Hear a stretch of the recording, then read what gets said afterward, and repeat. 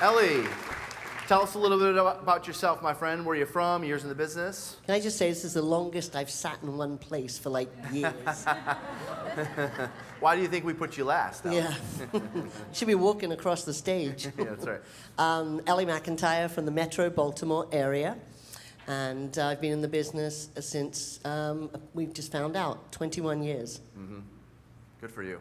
And so your business this year, you're on pace for 60 units, and you did about that last year. You closed 66 units last year. Yes. You're a solo producer. No, you're not running a team or anything like that, just listing and selling real estate. And where would you say the number one area of your business, where does that come from? So COVID was a gift. I'm sorry, it really was for me. And I've always dug deep into my database. I've been very database oriented for many years, and through COVID, I had an opportunity to include my community in, because everybody else just stood still through COVID. And a huge amount of my business is in one small area, and it's mostly due to the fact that I stay in touch with people. Hmm. It's not your competitive nature? That too. On our prep call, I asked Ellie what city she wanted on the screen. And she said, well, what's Jay's city? What city is he? I did. Yeah. And so I told her, and she's like, okay, then yeah, we're going to put mine as this city, It's a delicate city. It's good. You guys have a good competitive spirit. Yes. It's why you're at where you're at today. So listen, you've been selling real estate for 21 years, and here's something that's fascinating. If they can put it back on the screen, watch this. Glover U one-on-one client, 2019 to 2021. Listing mastery 3 times graduate, 2019, 2020, 22. That's that lower third. If you can get that up on the screen, that's what I'm referring to. Slow learner, I guess. Listing mastery 3 times graduate. Why do you keep taking listing mastery? So, through all the years of real estate, I'd always looked for something to break down the whole process of listings. Yeah. And the first time I took it with you, I have FOMO too. Yeah. I'm worried that you're going to say something. I'm going to take it again as well. Yeah. So I'm going to sign up again. Yes, I could watch the videos because you send those out. Yeah. But I'm worried that I'm going to miss something new that you put out there. And it's changed the trajectory of my business in a big way, going from 60-40 buyers to side. listings to going more like 65-35, Yep. being a heavier listing agent. And also the value add that you bring too. I mean, you may say, well, that's not many listings. My commission is probably way higher than most because you've taught me the value of my value. Yeah. And that's not even a conversation at the table. Yeah. So the quality is over the quality. Yeah, because you show up confident. You know Yep. exactly what you're going to say. Yep. They can throw any objection at you, and you've got an answer for it. Well, including for the most commission. part. Yeah. Well, it's mostly that. But I know you're going to go there now.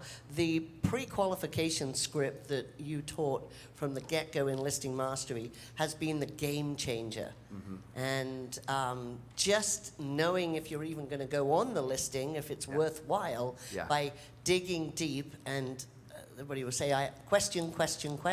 Yep. Just keep asking questions. Yeah. Well, and what she's referring to is a seller pre-qual script, which those have been around for decades, by the way. We just took one and made it a little bit better and kind of modernized it.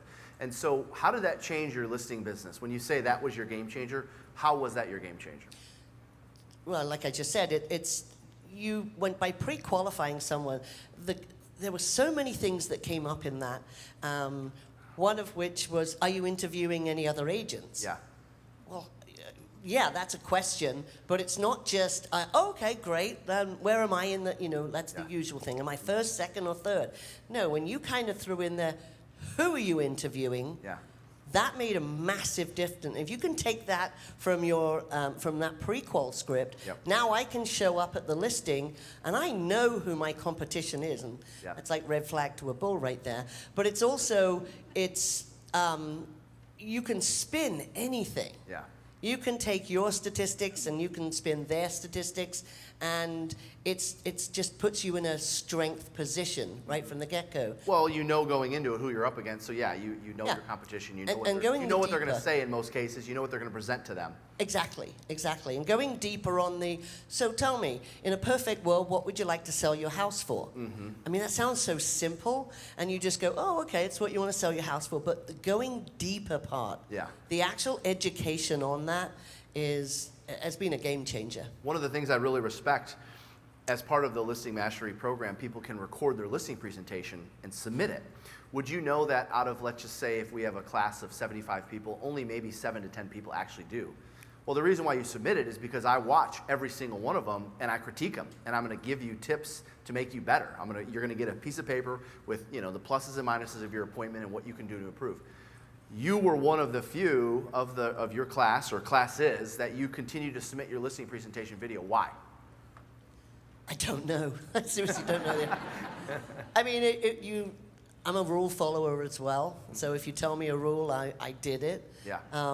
It's not comfortable, but it was easier because of the learning that you had given us. I mean, when you have to write it, I was telling Tracy today, when you make us write our scripts out, so I put it on a yellow sheet or white sheet, whatever you do. The next time I write it out, I want to write it out in less lines. Mm-hmm. And then it's stupid. That's just me competing against myself. Yeah. So by the end of it, I've got like this, the whole thing, you can barely read it, but I've written it out. So, but that process makes the difference because different people learn different ways, and I guess I learn better that way. Yeah. And then the chanting part, my kid could do my listing presentation, which is good, because he's ultimately, I don't know if I told you this, so my son he's awesome, and the colleges keep sending him things, and he might not go to college. And he goes, "It's okay, Mom, I'm going to college." I'm like, "Really? Which one?" He goes, "Glover U." So, Well, but it's the consistency of learning it and the homework, and you're not easy too. You're tough on us, and you make us do our homework, and consequently, it's a game changer. I did the first class that you did, the first time you rolled out Listing Mastery. Yep. And it's the best class ever. so one thing I really respect about Ellie is after 21 years, closing 60, 70 units a year, practice and role play. That doesn't bother you, that doesn't scare you, that's like part of your routine. Can you talk to us a little bit about that? You mean Clubhouse? Yeah. So there's a few people in the audience that get up with us. So we found this space 2.5 years ago on Clubhouse, and you've got Zoom calls and Facebook, etc. And Clubhouse was kind of like, it looked like a one-hit wonder. Yeah. And it was like, okay, what time? And I get up early anyway, so 6:30 a.m. every morning, Monday through Friday. We do a half-an-hour call. We have a hard stop at that time. And that's Eastern time. And you have some people on Central Oh, yeah. on this thing. Oh, yeah. So it's 5:30 or 4:30 for some. Yep. Well, when I was the same conference that you were at in Palm Springs, I was going to bed at 6 o'clock at night because I was getting up at 3:30 in the morning to do it. Yeah.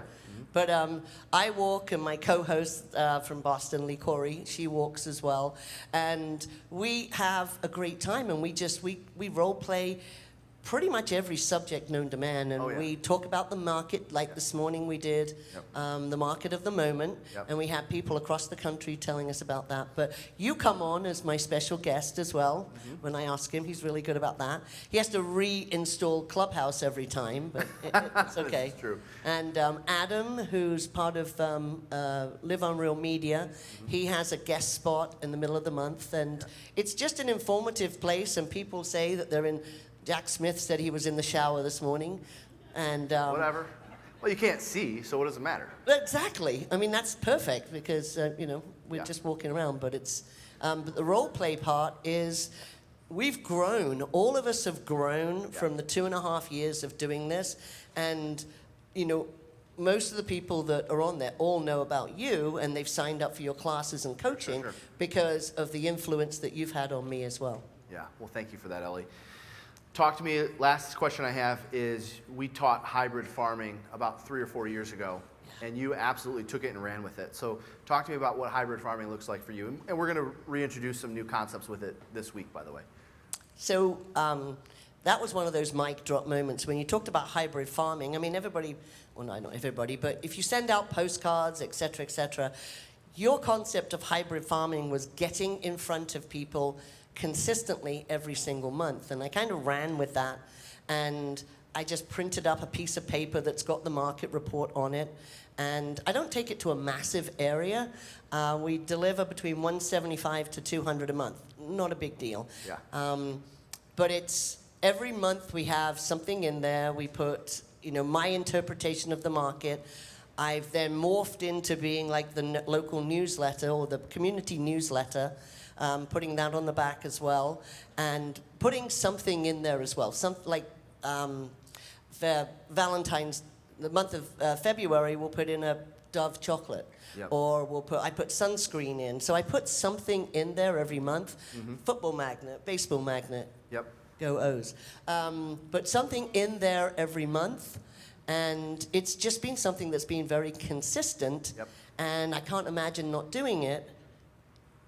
It's a game changer, basically. Yeah. And you took it to another level, and you created like a Facebook page for your community. Page was before that, so. Okay, you did the Facebook page first. Mm-hmm. Got it. And you're still. But I have a active on community. I mean, it's just Facebook's like yours is YouTube, mine's Facebook, and my community page in Facebook is and Adam will give me grief on this one. I have a hard time transitioning into regular videos because I do so many live videos. Yeah. And in my community, that's how I've increased my market share, is because I try and support as many people as possible in my community. And what's the name of the Facebook page? It's Catonsville. It's my town. Okay. What's the full name? It's Catonsville. Just That's it. That's it? Yeah. Okay. And how many people follow and whatever? Right now, we're shooting towards 18,000 people. But if you look at the statistics, monthly, we have about 480,000 people on a monthly basis that actually look at the page. Yeah.